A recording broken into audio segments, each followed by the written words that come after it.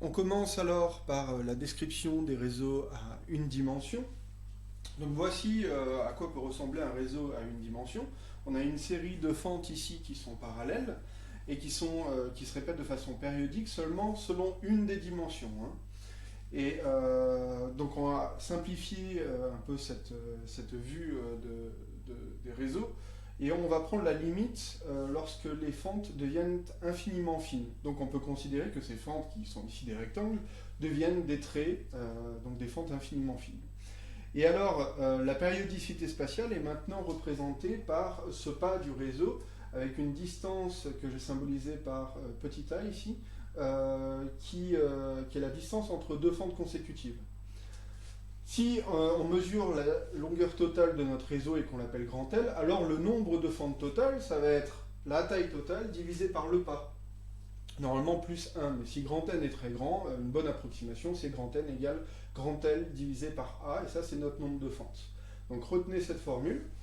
L'autre quantité que nous allons introduire, c'est le nombre de fentes par mètre.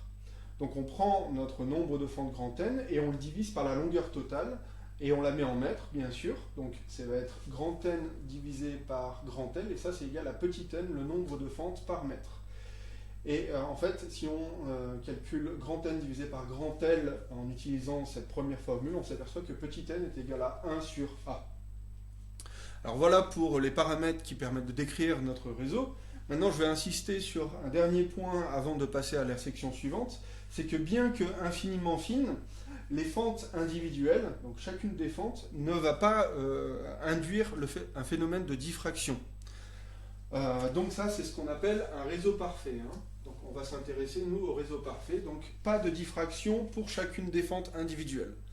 Par contre, le phénomène d'interférence qui résulte de la transmission de la lumière au travers de notre réseau va induire des interférences qu'on peut aussi appeler diffraction. Donc il ne faudra pas confondre la diffraction par un réseau de la diffraction par une fente unique, hein.